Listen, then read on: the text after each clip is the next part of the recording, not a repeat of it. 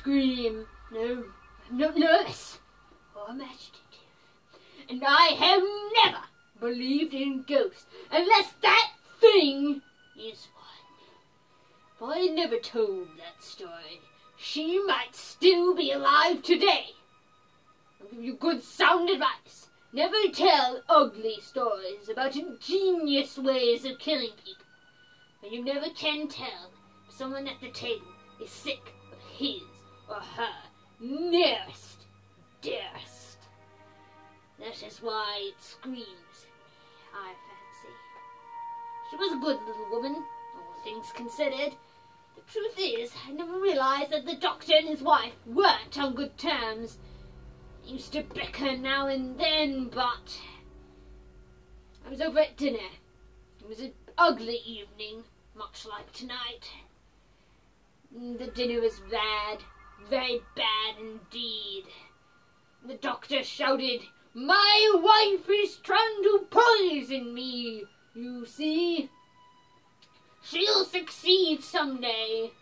Mrs. Pratt was obviously hurt, so I tried to laugh and make light of it. So I told them a story about a woman in Ireland who did for 3 husbands before anyone's even suspected. Oh, well, she would pour melted lead down their ears with a funnel. The 4th husband managed to stay awake and caught her. Mrs. Pratt died shortly after I dined there. There's nothing to prove that Luke had done it. People die all the time of heart troubles or whatnot. Of course, there was the ladle. I never told anyone about it. No, it was a ladle I found with some half-melted lead in it. I threw it in the sea. It's probably very much rusted by now. There was quite a bit of trouble about Luke's death as it was. Why? Well, he was found in the morning one day on the beach, dead. But he had not been robbed. He had a bandbox with him, with a skull in it, missing its lower jaw. Instead of obeying the laws of gravity, the skull rolled up the hill, rather than down, up towards his head. He had been bitten in the throat, or crushed. I say Britain, but it's hard to tell. So hard that his windpipe had been crushed close. The jury had come to the most singular verdict that he had died by the hands or teeth of some person or animal unknown. You see, if Mrs. Pratt died the way that the woman killed her husbands in the story, says if I had killed her with my own hands. That is why it screams at me, as I said. "Oh, you're quite pale, man. Take another drink." I tried sleeping in the best bedroom, but at exactly 3:15 every night, I hear a moan and a sigh. You see, the skull only likes to be kept in a cupboard in the best bedroom. Well, one night I got quite fed up with it, and I threw it out the window, and it let out a scream that would make a dead man turn in his grave.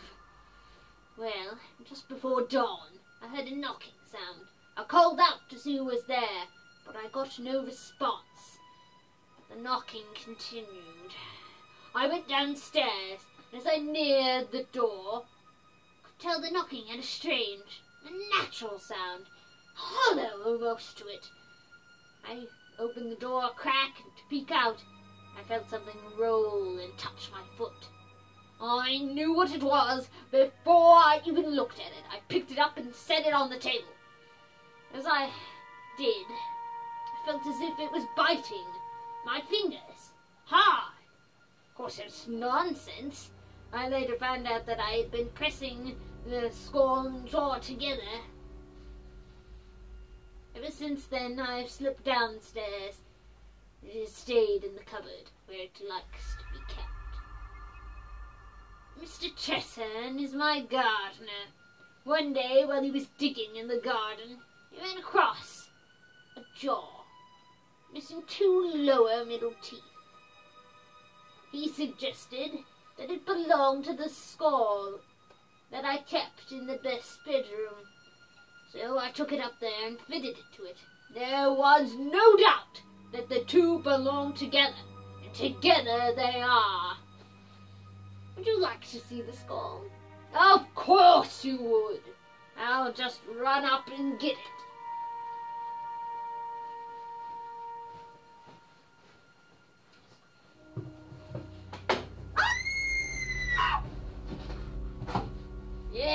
Yes, I heard it scream when I was coming down.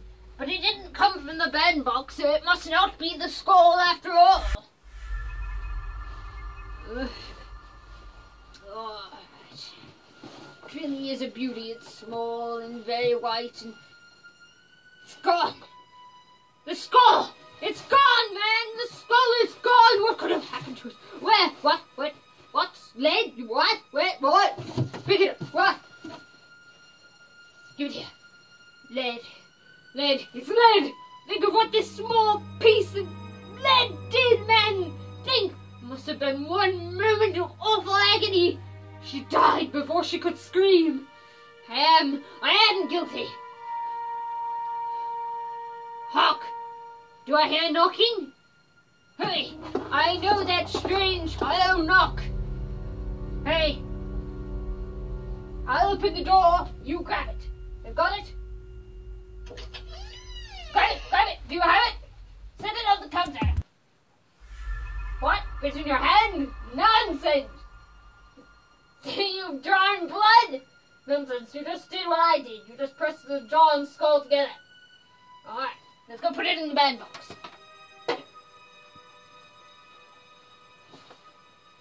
I bet it was Tressa and it took it...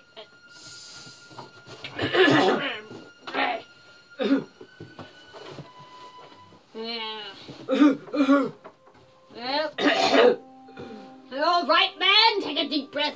I know it's been a hard evening on us all. You want to examine the thing? Yes, by all means. Is it all together? Yes.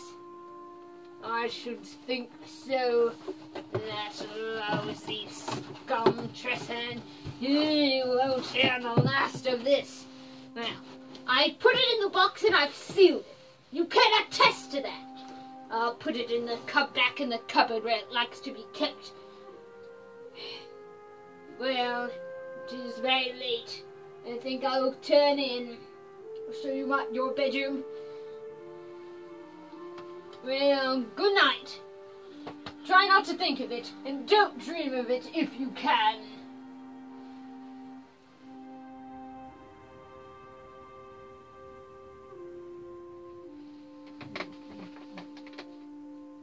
Darling, listen to this. Did you not but dine with Mr. Charles Braddock but a fortnight ago?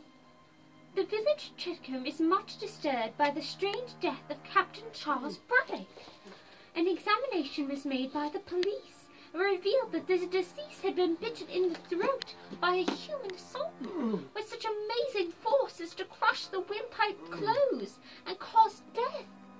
The marks of the teeth of both jaws were so plainly visible on the skin that they could be counted, but the perpetrator of the deed had evidently lost 2 lower middle teeth.